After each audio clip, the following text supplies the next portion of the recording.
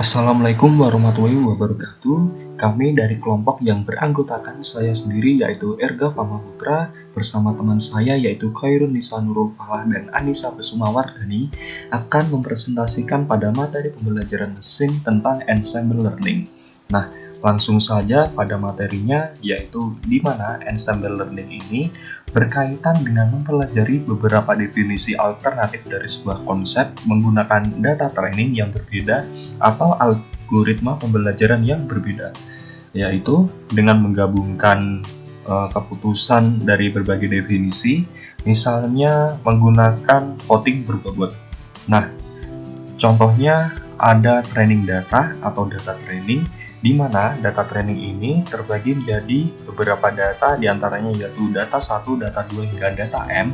Nah, kemudian data tersebut akan dipelajari yang menghasilkan model. Kemudian model-model tersebut akan dijadikan satu atau model kesimpulan hingga menjadikan final model.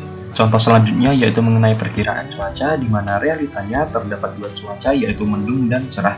Disediakan 5 data, diantaranya pada data pertama didapatkan pada realita kedua mengenai cuaca cerah, ternyata di data pertama mendung. Kemudian di realita keempat yang disebutkan bahwa realitanya mendung dan di data pertama yaitu cerah. Kemudian di realita ketujuh ini yang disebutkan yaitu cerah, namun di data pertama yaitu mendung. Nah, hingga pada data kedua, ketiga, keempat, dan kelima dapat disimpulkan atau digabungkan, di mana untuk realita pertamanya yaitu tentang mendung dan udah sesuai, hingga realita ketujuh di mana semua realita ini sudah sesuai yang telah disimpulkan pada data berikut. Seperti ini. Nah, untuk mengenai berpikir lain tentang ensemble learning ini yaitu dengan cara memperbesar ruang hipotesis atau ensemble itu sendiri yang merupakan hipotesis dan ruang hipotesis baru, di mana himpunan semua kemungkinan hipotesis bentuk ensemble yang dapat dibangun dari ruang asli.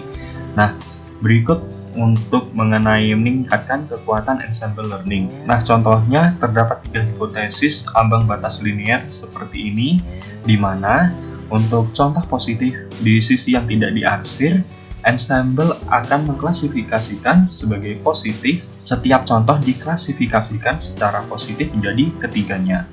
Nah, pada hipotesis wilayah segitiga yang dihasilkan tidak dapat diekspresikan dalam ruang hipotesis asli. Kemudian terdapat nilai pada ensemble, di mana dengan menggunakan teorema yaitu no brilliance, yang artinya tidak ada algoritma tunggal yang menang setiap saat. Nah, ketika terdapat beberapa keputusan independen dan beragam yang masing-masing setidaknya lebih akurat daripada tebakan acak atau kesalahan acak yang dapat membatalkan suatu sama lain, yang keputusan yang benar dapat diperkuat. Pada homogen ensemble ini yaitu dengan menggunakan algoritma arbitrary learning. Nah, namun untuk memanipulasi data trainingnya perlu membuatnya dengan mempelajari beberapa model. Selain itu, terdapat berbagai metode untuk mengubah data trainingnya, misalnya yaitu bagging, yang artinya dengan menggunakan sampel data training. Kemudian ada boosting, yaitu dengan menggunakan bobot data training, serta decourage, yaitu dengan menambahkan tambahan data training buatan. Nah, dalam WK disebut meta learners, karena dengan mengambil pembelajaran algoritma sebagai argumen atau disebut base learner dan membuat pembelajaran algoritma baru.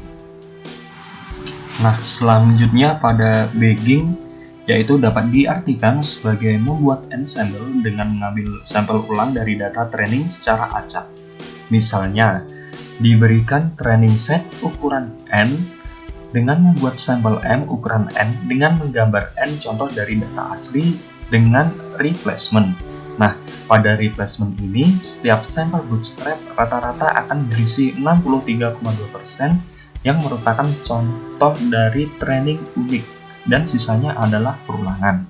Kemudian, dapat menggabungkan model yang dihasilkan dengan menggunakan mayoritas vote sederhana.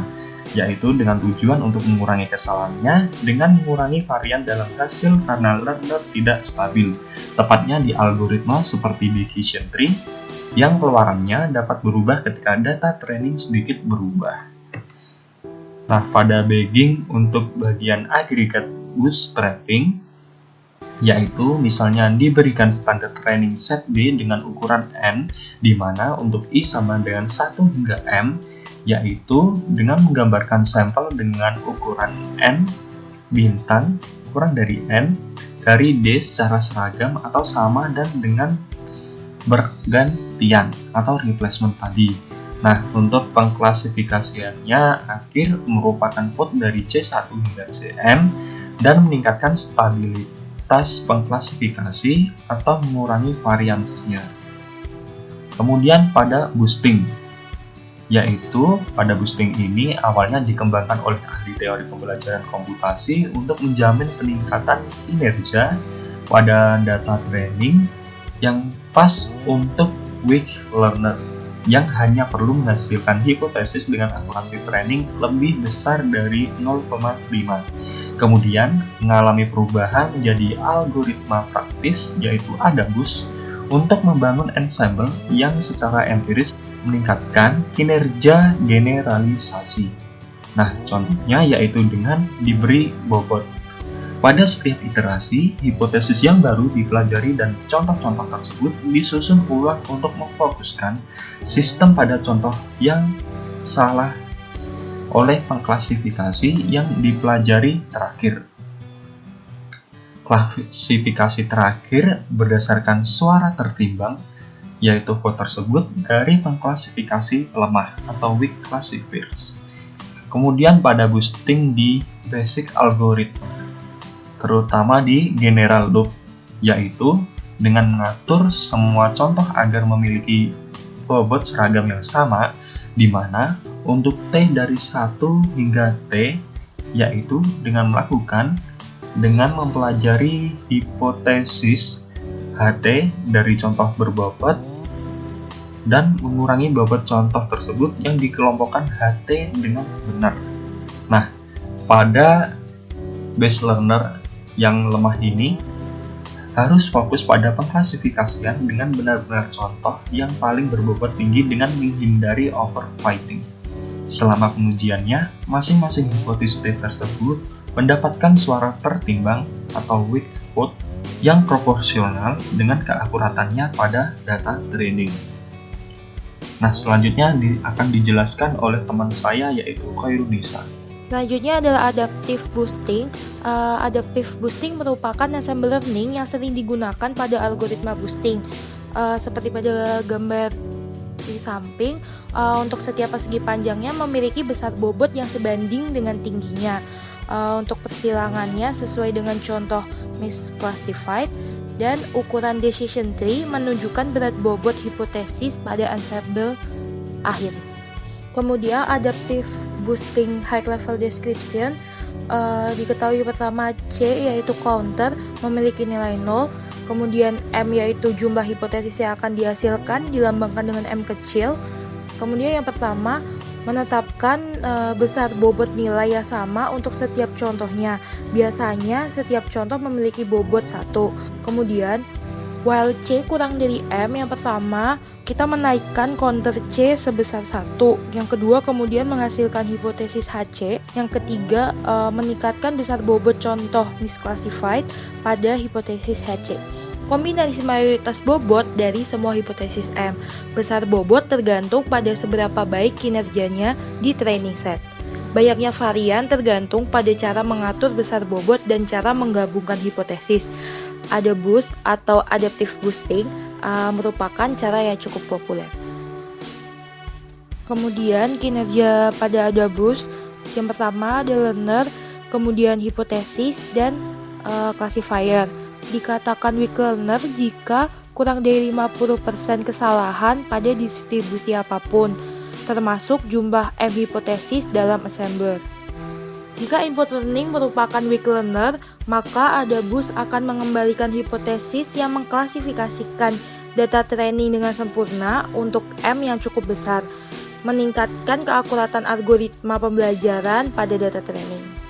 Kemudian untuk strong classifier merupakan kombinasi linear terbatas dari output weak learner. Berikut merupakan contoh yang diambil dari data restoran. Ditampilkan decision stem. Decision stem di sini adalah decision tree dengan hanya satu tes di root. Kemudian dari gambar tersebut ditampilkan grafik dari training set size dan proportion correct on test set. Pada grafik tersebut, garis bersambung merupakan boosted decision stem, untuk garis putus-putus merupakan decision stem. Kemudian pada grafik tersebut ditampilkan training error mencapai 0 untuk M sama dengan 20 dan tetap 0 karena lebih banyak stem yang ditambahkan ke ensemble. Test performance terus meningkat setelah training set error mencapai 0. Perkiraan peningkatan pada Bayesian learning dapat ditampilkan menjadi algoritma learning yang optimal. Kemudian hasil eksperimental tentang ensemble. Yang pertama, ensemble telah digunakan untuk meningkatkan akurasi generalisasi pada berbagai macam masalah. Kemudian yang kedua, rata-rata boosting memberikan peningkatan akurasi yang lebih besar daripada bagging. Yang ketiga, pada saat-saat tertentu boosting dapat menurunkan akurasi. Kemudian bagging lebih konsisten memberikan peningkatan sederhana. Yang terakhir, boosting dapat terjadi overfitting ketika ada gangguan yang signifikan dalam data trainingnya. Metode lain untuk menghasilkan ensemble yaitu dengan decorate. Decorate merupakan singkatan dari Diverse Ensemble Creation by Oppositional Relabeling of Artificial Training Example, yaitu merubah data training dengan menambahkan contoh artificial training baru yang mendorong keragaman dalam ensemble yang dihasilkan. Tujuannya adalah untuk meningkatkan akurasi saat training set kecil. Oleh karena itu, pengambilan sampel ulang dan pembobotan ulang training set memiliki kemampuan terbatas untuk menghasilkan hipotesis alternatif yang beragam. Berikut adalah slide untuk overview of decorate. Di sini terdapat training examples, artificial examples, base learner, dan current ensemble. Training examples terdiri dari data plus, minus, minus, plus, plus yang setelah dipelajari oleh base learner menghasilkan current ensemble C1 dan setelah dimasukkan kepada artificial examples, hasilnya adalah plus, plus, minus, plus, minus. Kemudian terjadi perubahan data menjadi minus, minus, plus, minus, plus, dan kedua data antara training examples dan artificial examples dipelajari kembali oleh base learner dan menghasilkan current ensemble C2. Hasilnya dimasukkan kembali kepada artificial examples sebagai berikut. Dan artificial examples mengalami perubahan kembali menjadi minus, plus, plus, plus, minus, dan keduanya antara training examples dan artificial examples kembali dipelajari oleh base learner dan menghasilkan C3. Ensembles and active learning. Ensembles bisa digunakan untuk memilih contoh training baru yang baik. Yang kedua, untuk memilih contoh yang tidak berlabel yang menyebabkan paling banyak ketidaksepakatan antara anggota ensemble. Dan yang ketiga, berlaku untuk semua metode ensemble, yaitu query by bagging, query by boosting, dan activate decorate. Berikut adalah contoh untuk activate decorate. Issues in ensembles itu yang pertama, paralelisme dalam ensembles. Bagging mudah untuk diparalelkan tapi boosting tidak. Yang kedua, varian pada boosting hanya untuk menangani noisy data. Dan yang terakhir, persis bagaimana keragaman ensemble mempengaruhi kinerja generalisasinya dalam menggabungkan boosting dan bagging. Antara strong and weak learners. Untuk strong learner, tujuannya mengambil data berlabel untuk training dan kemudian menghasilkan pengklasifikasi yang bisa akurat secara sewenang-wenang. Sedangkan untuk weak learner, mengambil data berlabel untuk training dan menghasilkan pengklasifikasian yang lebih akurat daripada menebak secara acak.